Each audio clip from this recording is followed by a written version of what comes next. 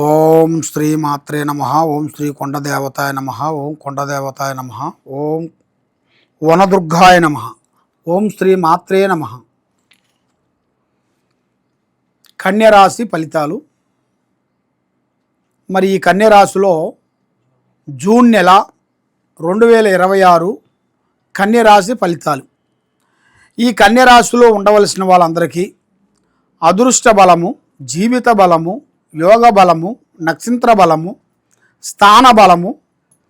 మరి వీళ్ళకి ఎక్కడికి పోయినా కూడా కొన్ని కార్యక్రమాలలో అభివృద్ధిగా పొంది కొన్ని కార్యక్రమాలలో కొంత దగ్గరికి వచ్చిన వాళ్ళు దూరం కావటం, ఇలా ముఖం చూసిన వాళ్ళు డిస్టర్బెంట్ కావటం, ఎన్ని డబ్బులు సంపాదించినా కూడా చేతిలో నయా పైసా నిలబడుకోకుండా ఉండటం. మరి ఉద్యోగ విశేషాల్లో వీళ్ళకి పెద్ద పెద్ద ఉద్యోగాల గురించి ఎదురు చూస్తున్న ఉద్యోగాలు కూడా దాంట్లో కూడా కొంచెం బ్రేక్ కావటం, ఇలాంటి సంఘటనలు కొంచెం చాలా వరకు సతమతంతో అయిపోతుంటారు. మరి ఈ కన్యరాశి వాళ్ళకి మెయిన్గా జ్ఞాపక శక్తి, ఆలోచన ఎక్కువగా ఉంటుంది. మరి వీళ్ళకి ఉద్యోగ విశేషాల్లో కానీ కుటుంబ విశేషాల్లో కానీ కొన్ని లేనిపోయిన సమస్యలు కొంచెం ఎదురొచ్చే మార్గాలు కొన్ని కనబడుతున్నాయి. ఎన్ని రోజులు మంచి చేసినా కూడా మరి ఆ ఇంట్లో కానీ ఆ ఆఫీసులో కానీ వాళ్ళు చేసే డ్యూటీలో కానీ గవర్నమెంట్ కానీ ప్రైవేట్ అయినా కానీ ఏదైనా కానీ వాళ్ళకి ఆ పనులు చేతిగాడికి వస్తుంటాయి, నోటికి అందుకోకుండా పోతుంటాయి. ఎందువల్ల ఇలా ఎందుకు జరుగుతుంది, సమస్య ఏమిటి అని చాలామందికి చాలా సందేహాలు చాలా వరకు ఉన్నాయి. మరి ఈ కన్య రాశిలో ఉండవలసిన వాళ్ళందరికీ అదృష్టము, జీవితము, స్థానము, పూజ, యోగము, నక్షత్రము. మరి విద్యారంగంలో మంచి చదువు, తెలివితేటలు చాలా బాగుంటాయి వీళ్ళకి. రేపు వాన వస్తుందంటే ఇలా ముందే గొడుగు రెడీ చేసుకుని పెట్టుకుంటారు, అంటే ముందు జాగ్రత్త, అలాంటి జాగ్రత్త పరులు. కాబట్టి వీళ్ళకి ఏది చేసినా కూడా ఏదో ఒకటి డిస్టర్బెంటు ఎంటాడుతూనే ఉంటుంది, పక్కనే ఉంటుంది. శనిగ్రహాలు, కేతువు గ్రహాలు, రావు గ్రహాలు, ఈ మూడు వీళ్ళని ముప్పు తిప్పలు పెట్టేస్తుంటాయి. మనశ్శాంతిగా ఉంచలేదు, ఏ పని చేయబుద్ధి కాదు, ఎక్కడా ఏమి చేయలేరు. ఏది చేసినా అది అభివృద్ధి ఉండదు, డెవలప్మెంట్ ఉండదు. దానివల్ల లేనిపోయిన సమస్యలు కొన్ని ఎదురవుతుంటాయి. ఎవరినో నమ్ముతారు, ఆ నమ్మిన వాళ్ళ గురించి ఉన్న ఆస్తులు, ఉన్న భూములు మొత్తం అన్నీ పక్కకి పెట్టేసి అన్నీ అమ్ముకొని వాళ్ళ ఏరియా వాళ్ళ మాటలు విని కొద్దిగా రాంగ్ స్టెప్ వేసేస్తారు. అలాగా రాంగ్ స్టెప్ అనేది వేసే ముందే మీరు జాగ్రత్త పడాలి. అది మీకు అనుకోకుండా మీకు ఇలా జరిగితే అనేది ఎవరూ ఊహించరు. ఫలానా అవుతుంది, ఫలానా టైంలో ఫలాంది వస్తుంది, మనకి చేతికాడకు వస్తుంది, మళ్ళీ అది వెళ్ళిపోతుంది అనేది ఎవరు అనుకోరు. కాబట్టి ఆ వచ్చే అవకాశాన్ని కొంచెం జాగ్రత్త చేసుకోండి. ఏదైనా సరే పెద్దవాళ్ళు చెప్పినట్టుగా తొక్కితే రాయి, మొక్కితే దేవుడు, అంటే ఒక నమ్మకం మనిషికి చాలా ఇంపార్టెంట్. ఆ నమ్మకంతోనే ఏదైనా అవుతుంది. నమ్మకం లేనిది ఏది కాదు ఈ భూమండలం. కాబట్టి మీరు ఏ దేవుణ్ణి పూజించినా, ఎక్కడికి పోయినా ఏ పని కాకోకుండా అయిపోతుంటుంది. వ్యవసాయంలో కానీ, బిజినెస్లో కానీ, రియల్ ఎస్టేట్లో కానీ, చేసే ఉద్యోగంలో కానీ, గవర్నమెంట్ డిపార్ట్మెంట్లో కానీ మీరు ఏది అనుకున్నా కూడా ఒకటి అనుకుంటారు, అది పక్కకు పోతుంది, మళ్ళీ ఇంకో దాంట్లో వెళ్ళిపోతారు.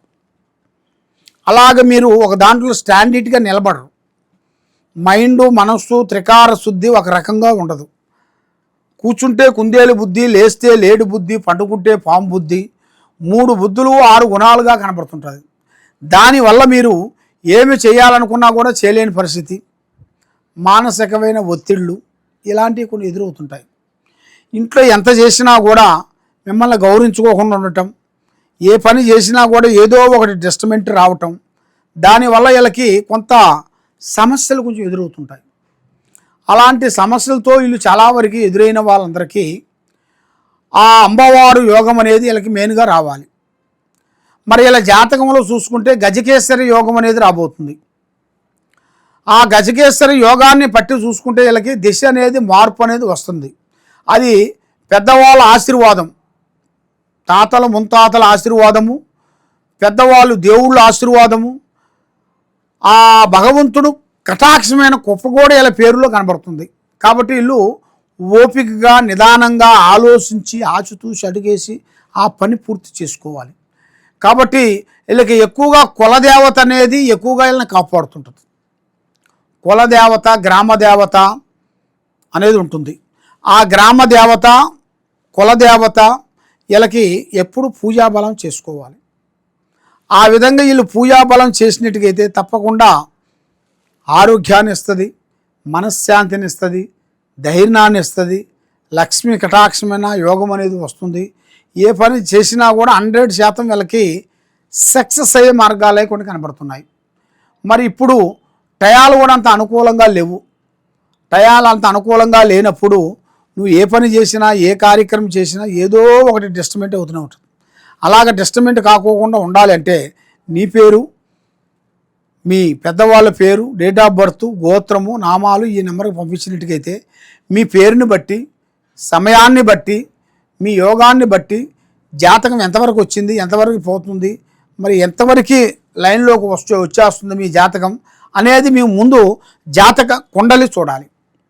ఆ జాతక కుండలిలోనే మనకి అర్థమైపోతుంది మీరు ఏమనుకుంటున్నారు, ఏ విధంగా చేయాలనుకుంటున్నారు, మరి పెళ్ళిళ్ళ విషయాలు ఏమిటి, కళ్యాణ విషయాలు ఏమిటి, ఉద్యోగ విషయాలు ఏమిటి, మరి మీ ఇద్దరికి ఉండాల్సిన ఆ బంధం ఎలాంటిది, భార్యాభర్తల బంధం ఎలా ఉందో అలాంటి మీకు కొంతమంది వాళ్ళ మీద అభిమానం ఉండటం కానీ ఇలాంటివి కొన్ని చాలా వరకు ఉంటాయి. అవన్నీ మనం తెలుసుకోవాలనుకుంటే కొన్ని కావాలంటే కొన్ని వదిలేయాలి, అన్నీ కావాలంటే మనకి దక్కవు. మరి ఆ విధంగా కొన్ని కనబడుతున్నాయి. ఇప్పుడు మీకు టయాలంతా అనుకూలంగా లేవు, మనశ్శాంతి లేదు, ధైర్యశక్తి వెనక్కిపోయింది. కాబట్టి మీరు తప్పకుండా పూజాబలం చేయాలి. పూజాబలం చేయాలంటే మరి ఈ కన్యరాశి వాళ్ళకి ఏం చేస్తే బాగుంటుంది, ఏ విధంగా పూజాబలం చేస్తే మాకు కలిసి వస్తుంది అని చాలామంది చాలా విధానాలుగా ఎదురు చూస్తున్నారు. కాబట్టి ఈ రాశిలో ఉండవలసిన వాళ్ళు, కన్యరాశిలో ఉండవలసిన వాళ్ళు మంచి టయాలకి వీళ్ళకి ఎదురైంది ఇప్పుడే టైం. ఈ టైంలోనే వీళ్ళు చాలా జాగ్రత్తగా తీసుకోవాలి, జాగ్రత్తగా ఫోన్ ఇటుగట్టే బాగుంటారు. లేకపోతే ఇలా సమస్యలు చాలా దూరం వెళ్ళిపోతాయి. ఈ సమస్యలు చాలా దూరం పోయిందిరా అంటే చాలా వరకు ప్రమాదకరమైన సమస్యలు ఎదురవుతాయి మీకు. ఆ సమస్య లేకోకుండా జాతక బలం చెప్పి పూజాబలం చేయాలంటే తప్పకుండా ఈ కింద ఉండాల్సిన నెంబర్కి మాకు ఒకసారి మీరు సంప్రదించుకోవాలి. సంప్రదించినట్టుగైతే మీ పేరుని బట్టి, సమయాన్ని బట్టి, యోగాన్ని బట్టి, నక్షత్రాన్ని బట్టి ఎలా ఉంది, ఎలా నడుస్తుంది, ఎలా పోతుంది, ఎలా వస్తుంది అనేది కూడా మేము అన్నీ చూసి చెప్పగలుగుతాం. కొన్ని జాగ్రత్తలు కొన్ని పాటించుకోవాలి. మరి ఏ కార్యక్రమం చేసినా ఎక్కడికి పోయినా కూడా కొద్ది జాగ్రత్తలు లేనిది ఏ పని కాదు. అన్న మనవాడైనా తమ్ముడు మనవాడు కాదు, వదిన మందైనా అన్న మనవాడైనా వదిన మంది కాదు. ఆ విధంగా ఏ పని చేసినా ఎక్కడ పోయినా కూడా కొన్ని జాగ్రత్తలు కొన్ని తీసుకోవాలి. ఎప్పుడు మనం అసార్థగా ఆలోచిస్తామో దానివల్ల ఏమవుతుందంటే ఉండ సమస్య కాకోకుండా ఇంకా లేనిపోయిన సమస్య కూడా కొన్ని ఎదురవుతుంటాయి. కాబట్టి మరి శ్రీ సమ్మక్క సారలమ్మ మహాశక్తిపీఠము, మేము శ్రీ మేడారం సమ్మక్క సారలమ్మ మహాశక్తిపీఠము, ఇది వన సంజీవులు. శ్రీ మేడారంలో మేము మాఘశుద్ధ పౌర్ణమి రోజున శిలకల గుట్టకెళ్ళి ఆ గుట్టలో మేము తపస్సు చేసి, తపస్సుతో పూజా బలం చేసి, పసుపు కుంకుమ వేసేసి మేము వేరుని తీస్తాం. అది ఈ వేరు వచ్చేసి సభా వేరు అంటారు.